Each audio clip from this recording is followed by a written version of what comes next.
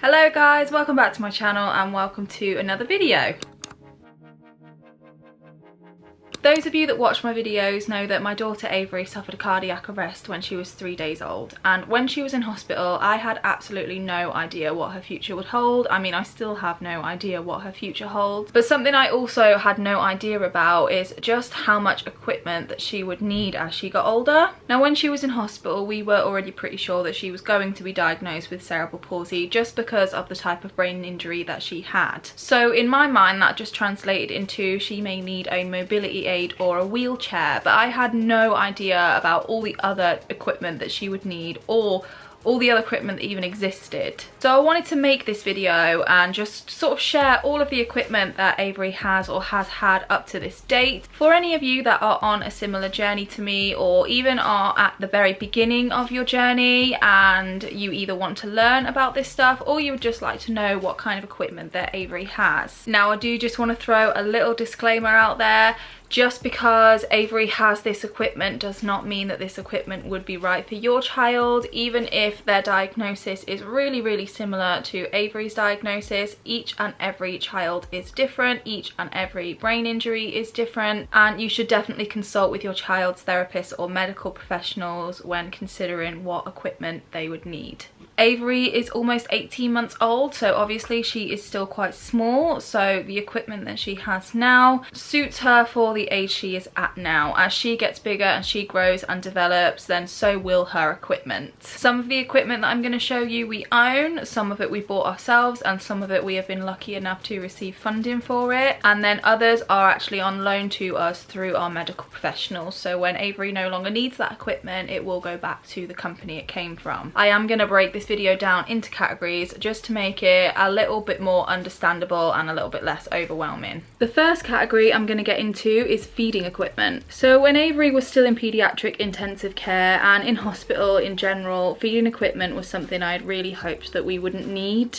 I was absolutely desperate to believe that I would have her back on the breast by the time we left hospital, but unfortunately that just wasn't the case.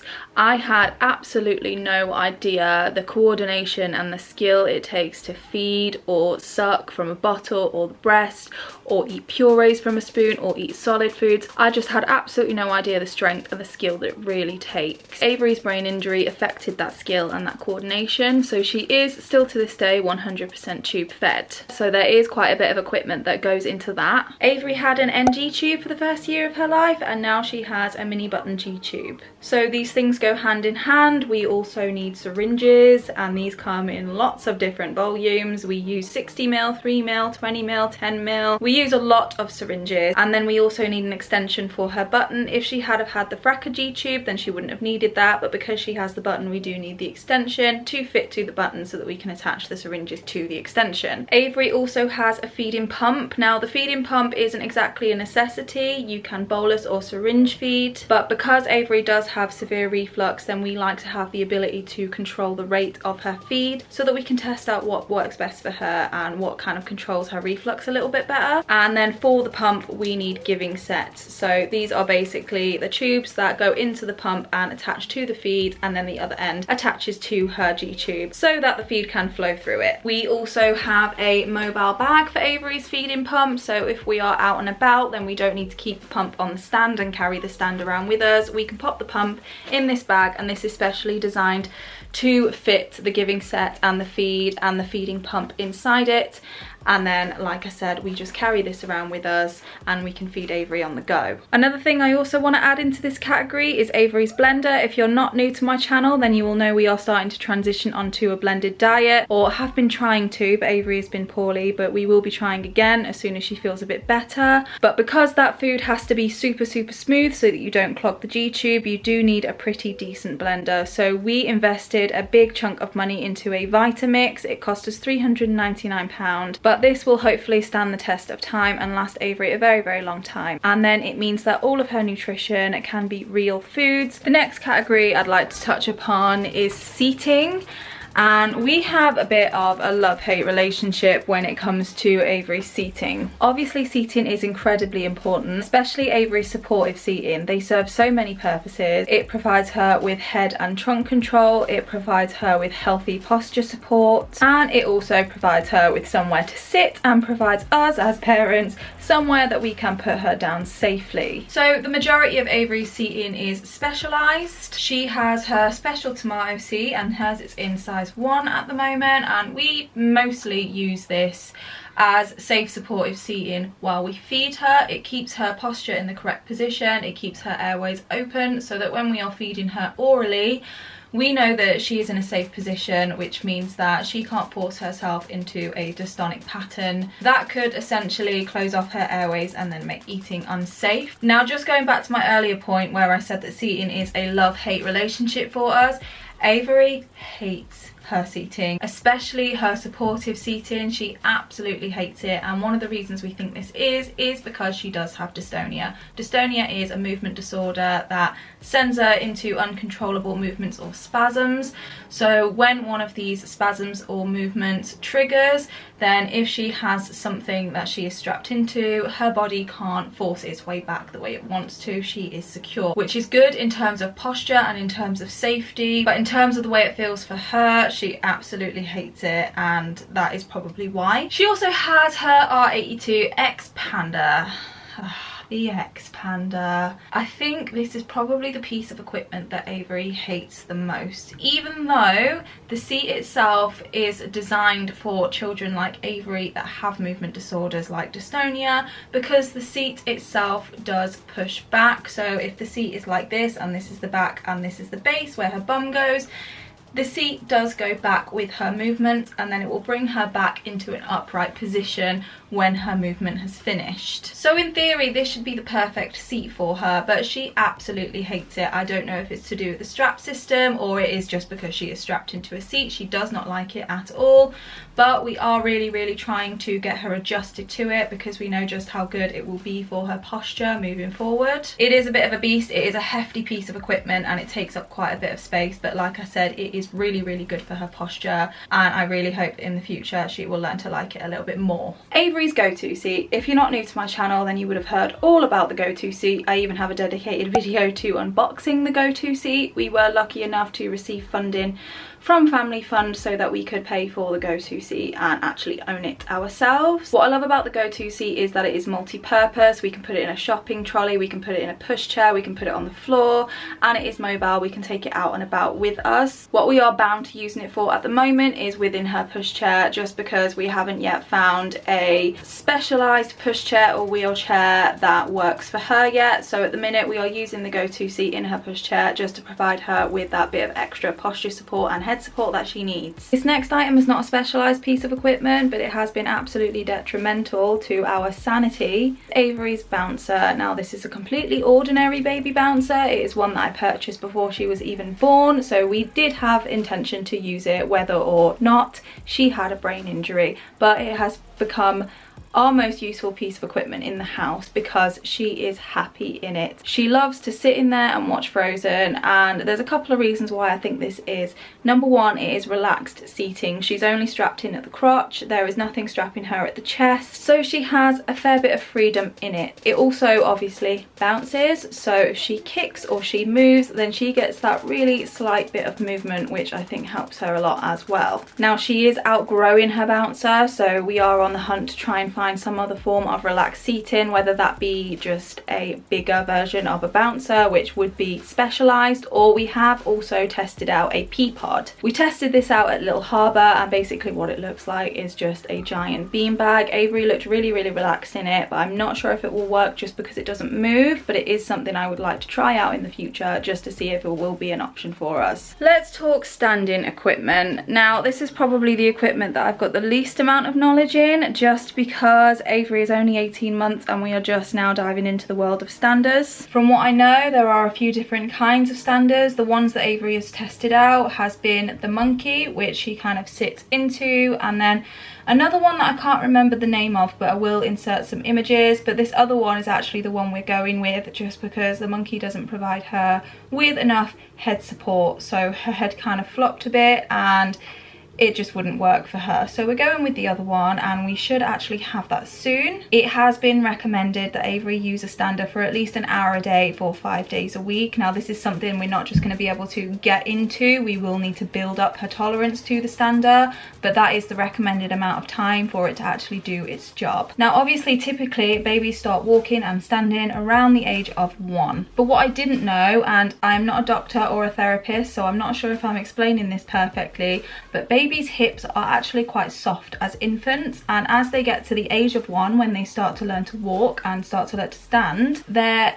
hips almost kind of mold into place where they should be. So say if this was the socket and this was the ball joint, they kind of pop into place where they should be, and then their hips are supposed to harden as they get older. Excuse the background noise, by the way. You'll probably hear my son Zach playing his usual games. He is autistic, so he has a very wild imagination and likes to make a lot of noises in his play. But anyway, because Avery is not yet on her feet, she is not bearing weight onto her legs and into her hips. So she is at risk for hip dysplasia, which basically means that her hips will harden before she actually gets a chance for them to be in the right position. Now this is something that we really want to try and avoid, because it does mean that Avery may need surgery later down the line. So a stander is a really good way to do that, because it means that she is bearing weight into her legs and it is going to help her hips to develop properly. Now there are obviously all sorts of different kinds of standing equipment like gait trainers and mobility aids, but we are nowhere near that stage yet, so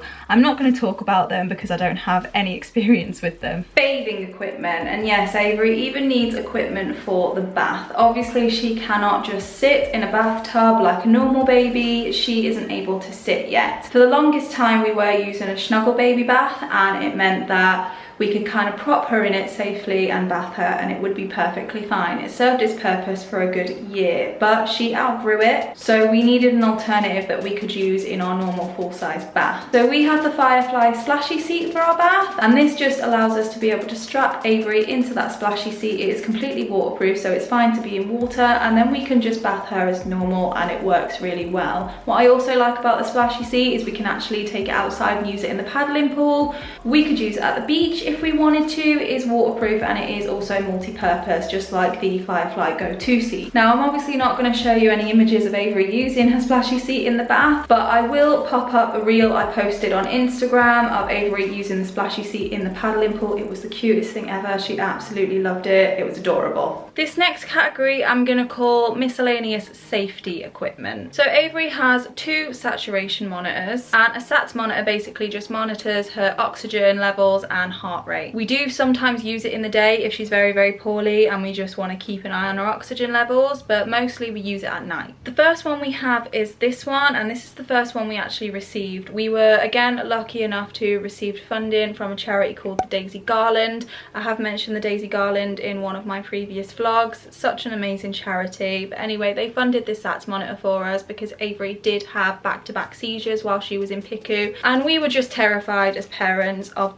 sleeping basically, because we were just scared that we would miss something and it would be dangerous. So we were funded the SATS monitor, and then the replacement probes we did need to purchase ourselves. These are quite expensive, but you can't really put a price on safety. The other SATS monitor lives by her bed because this is the one that we use now. We do still use the Daisy Garland one when we are out of the house just because it's easier to transport, but this is the one that we use at night time. So obviously this one is a bit more robust. It is much bigger and we find it to be more accurate as well. This one we actually did get from the hospital just because we did end up having an incident, and because this one is much more reliable and accurate, it was just a good idea to have this one to keep an eye on Avery's SATS levels. It is a loan. If Avery ever gets to the point where she doesn't need it anymore, then it obviously will go back. Another piece of equipment we have is a suction machine. Again, this is another one that was provided to us by the hospital, and this is because Avery struggles really badly with severe reflux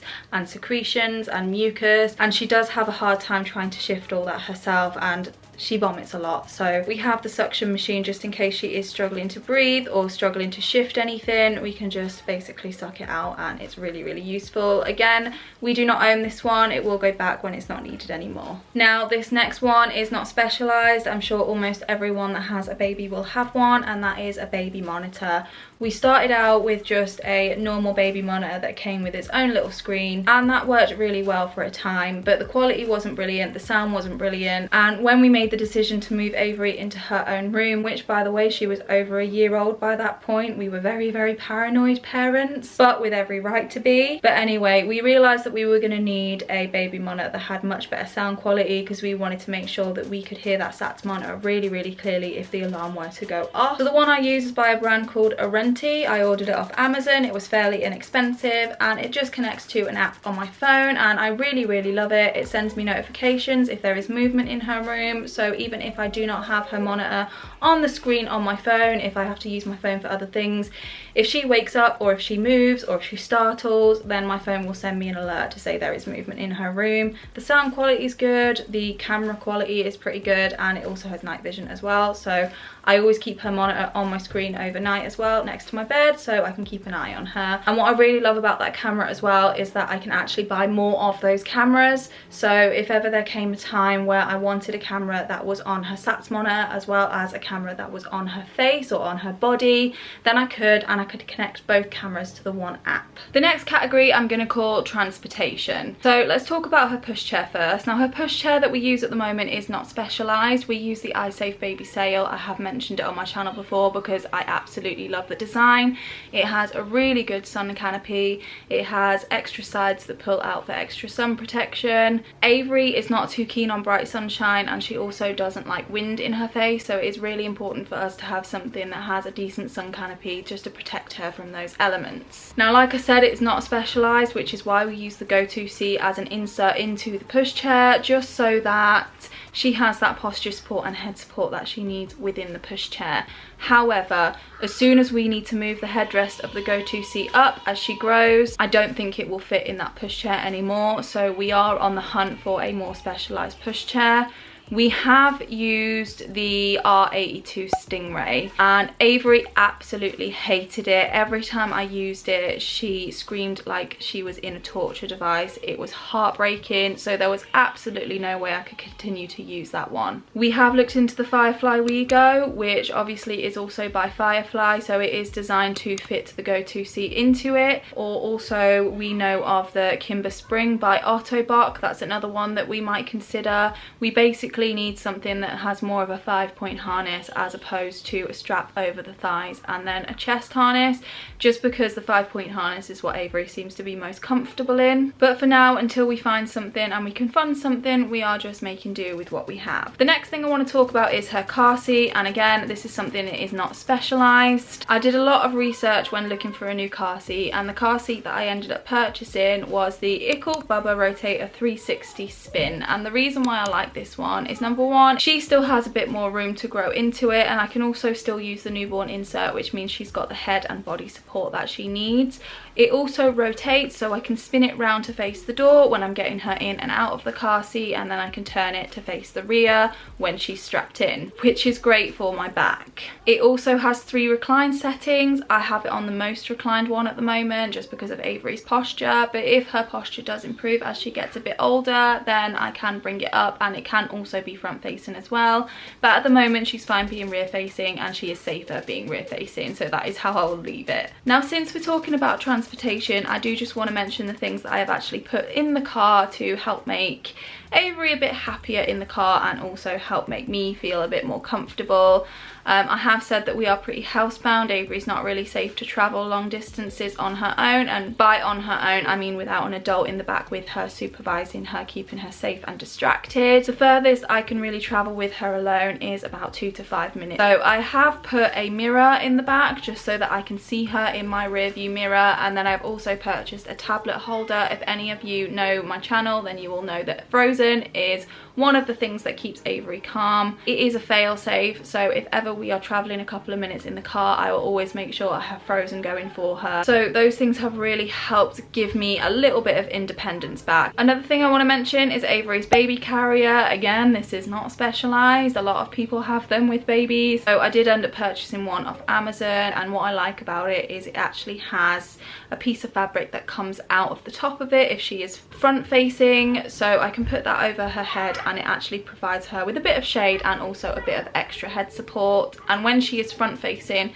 the strap actually comes above her shoulders, which I really like, because there's a lot that come below the shoulders and obviously that just wouldn't be supportive enough for Avery. Again, sorry about the noise, it sounds like the boys are starting to fight, so I better hurry up and wrap up this video. The last category I'm going to touch upon is toys, and to be honest, we don't really have any specialized toys, but when we do look for toys for Avery, we do keep in mind that she likes sensory things, so we look for things with lights or textures or sounds, just to give her some sensory feedback. Avery does have a few favorite toys. She is limited at the moment just because she does have spasticity in her arms, so she doesn't have much range of motion in them. She doesn't really reach for things, so she requires a lot of heavy support to be able to play with toys. So she prefers things that have sounds or light or textures, and she also likes reflective things, so anything she can see a light reflection or an actual reflection. She loves mirrors, she loves looking at herself, and why shouldn't she? She's absolutely gorgeous. That is just about everything that Avery has at the moment. As she gets bigger, then her equipment will change and evolve to suit her needs then. I will link what I can down below, but a lot of what we have is specialized equipment and I'm not sure if it is available on the general market, but what I can link down below I will. I hope you enjoyed the video. I hope you found it somewhat informative or interesting or helpful, one of the above, fingers crossed. If you did enjoy it, then please don't forget to give it a thumbs up and hit the notification bell so that you're notified of all my future uploads. And if you're not subscribed already, I would love it if you would do that. It really helps to support me and my channel. And with that said, I will see you guys in the next video. Bye guys.